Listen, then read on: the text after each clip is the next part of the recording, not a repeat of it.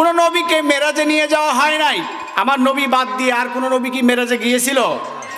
এমন কোন নিদর্শন নাই। একমাত্র আল্লাহ রাব্বুল আলামিন আমার নবীকে মেরাজে নিয়ে গিয়েছিলেন।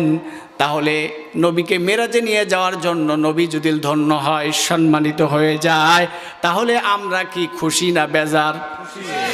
তাহলে আমরা তো সেই নবীর উম্মত। আমাদের সাউন্ড কি দুর্বল হবে? দুর্বল হবে না। আমাদের ইজ্জত সম্মান কে বড় করে দিয়েছেন? আল্লাহ বড় করে দিয়েছেন। এজন্য সে আল্লাহর কথা আমরা এখানে বলবো, কেউ বাধা দেওয়ার মতন কোনো শক্তি নাই। এজন্য কোরআনের আইন যখন চালু হয়ে যাবে তখন এরম সাইলেন্ট হবে, আল্লাহ পাক সমস্ত রহমতের দরজা খুলে দিবেন।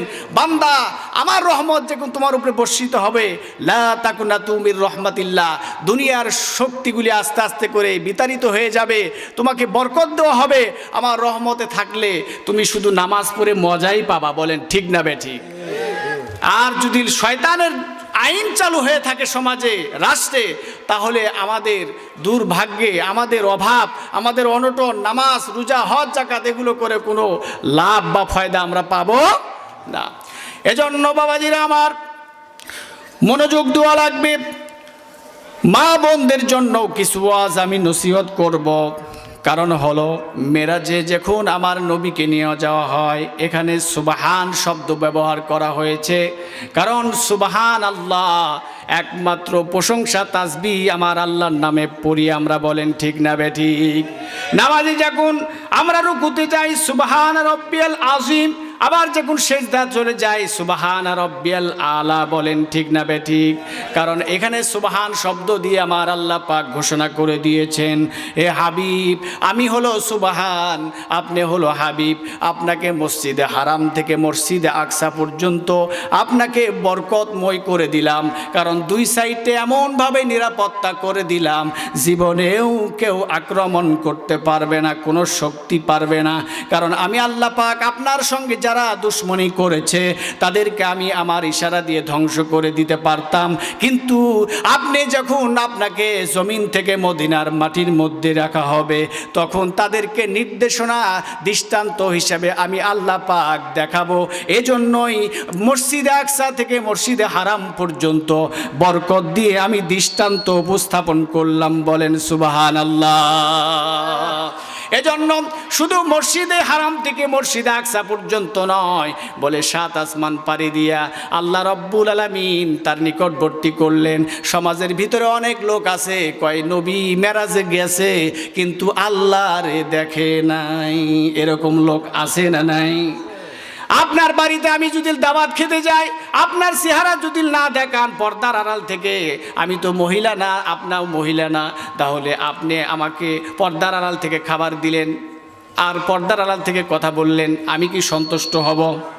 আপনার সঙ্গে মুসাফা করলাম, মোলাকাত করলাম, কিন্তু মুখ দিয়ে যদি আরেক দিকে হয়ে থাকি, আমি বক্তা ওয়াজ করতেছি, আমি কথা বলতেছি, আপনাদের ফেস টু ফেস না হয়ে মুখটা যদি পিছন দিক দেই, খারাপ দেখা যাবে না ভালো দেখা যাবে?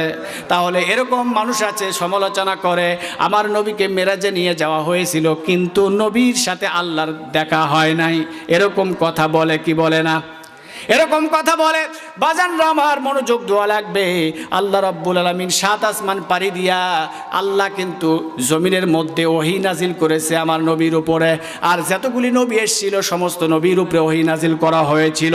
কিন্তু আল্লাহ রাব্বুল আলামিন বিশেষ সম্মান মর্যাদা আমার হাবিবকে, আমার নবীকে দেওয়ার জন্য 7 আসমান পাড়ি দিয়া জিব্রাইলকে পাঠানো হয়।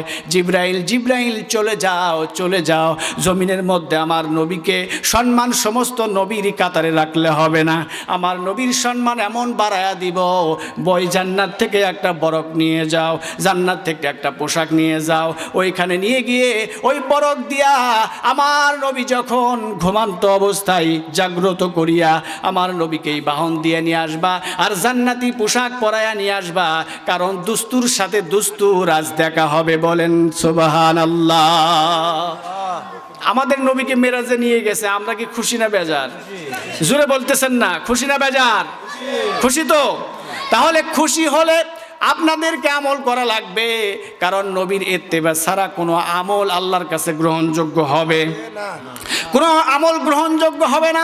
আল্লাহ বলেন, যদি আমার নবী আমারে ভালোবাসতে চাও, আমারে পেতে চাও, তাহলে আমার নবীকে ভালোবাসো। আমার